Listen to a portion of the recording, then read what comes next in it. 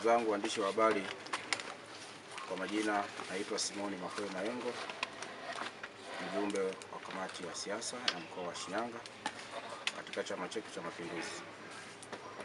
Kama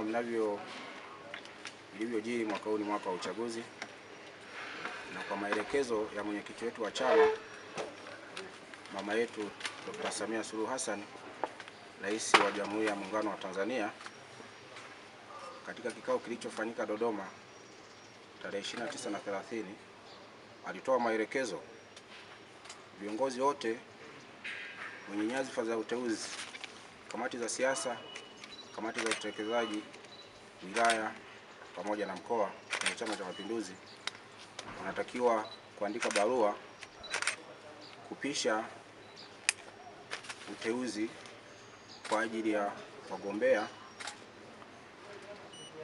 ambao utafanyika mwezi wa 7 baada ya mabaraza ya madiwani pamoja na bunge kuvunjwa.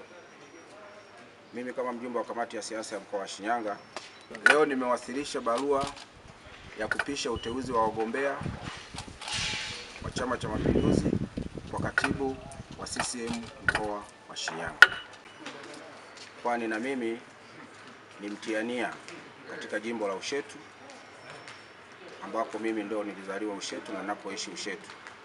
Kwa nini nimeamua kutangaza nia Ushetu? Nimeamua kutangaza nia Ushetu kwa sababu moja kuu au mbili. Jimbo la Ushetu tulikuwa na hayati Elias Kwandikwa ilipokatwa 2015. Baadaye Mwenyezi Mungu alimchukua 2021, tukampata Mheshimiwa Cherehani ambaye naye amefanya kazi yake.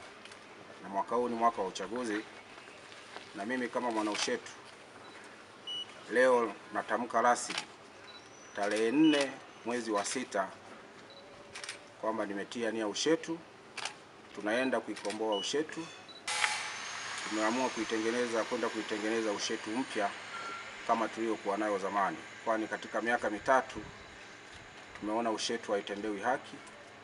Kiongozi tuliye naye haendi bungeni, amekuwa akishinda kwenye shughuli zake, na sisi tunataka mwakilishi wa kweli. Kwa hiyo ndugu zangu waandishi wa habari, leo natangaza rasmi naenda kugombea jimbo la Ushetu. Kama nikipata ridhaa ya kuteuliwa, vipaumbele vyangu ni afya. Ukiangalia Ushetu kuna zahanati ambazo zimeachwa na Lembeli mpaka leo hazijaezekwa. Miundombinu kuunganisha kata. Kuna barabara ambazo zimechongwa na marehemu hayati Elias Kwandikwa mpaka leo hii ninavyozungumza hapa havijatekelezeka. Swala la umeme vijijini, tuna vijiji 112, lakini swala la umeme vijijini linasuasua sana, na sioni mheshimiwa aliyopo akichukua action yoyote. Kwa hiyo nitahakikisha kama wananchi watanipa ridhaa na wana CCM, nitahakikisha naenda kuiunganisha Ushetu. Kwanza hawakilishi wananchi, yeye anashinda kila siku kijijini. Sisi tunataka maendeleo hayaendi. Amekuwa akifanya makongamano ambayo hayana tija.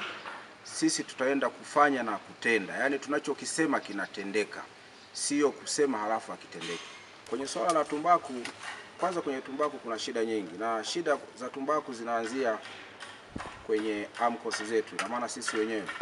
Mimi nitaishauri serikali itengeneze mfumo kupitia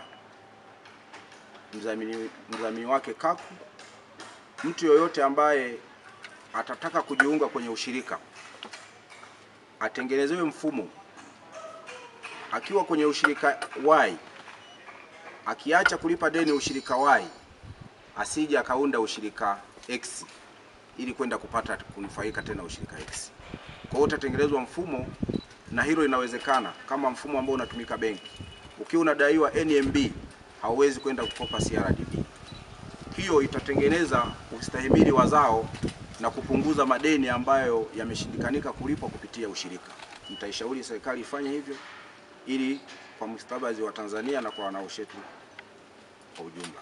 East African Spirits Company Limited ni kampuni inayojihusisha na uzalishaji wa pombe kali na bia. Kampuni hii ilianza mnamo 2018 ambapo ilianza na line ya plastiki. Tulianza uzalishaji wa bidhaa yetu inayoitwa Diamond Rock. 2019 tukaanzisha line yetu ya line ya glasi ambao tunazalisha bidhaa yetu pendwa Hanson's Choice. 2023 ndipo tulipoanza ku blend na ku manufacture beers zikiwa ni Hanson's Light, Goldberg, Basembi ambayo imeunga mwaka 2024 na Hanson's Dry iliyoanza uzalishaji mwaka 2025. Bidhaa zetu ni bora, salama, zimethibitishwa na TBS, lakini pia zina key element au niseme ni zina sifa kuu ya kutokuwa na hangover, kutokuwa na harufu mbaya, na pia zina bei nafuu kwa kila Mtanzania.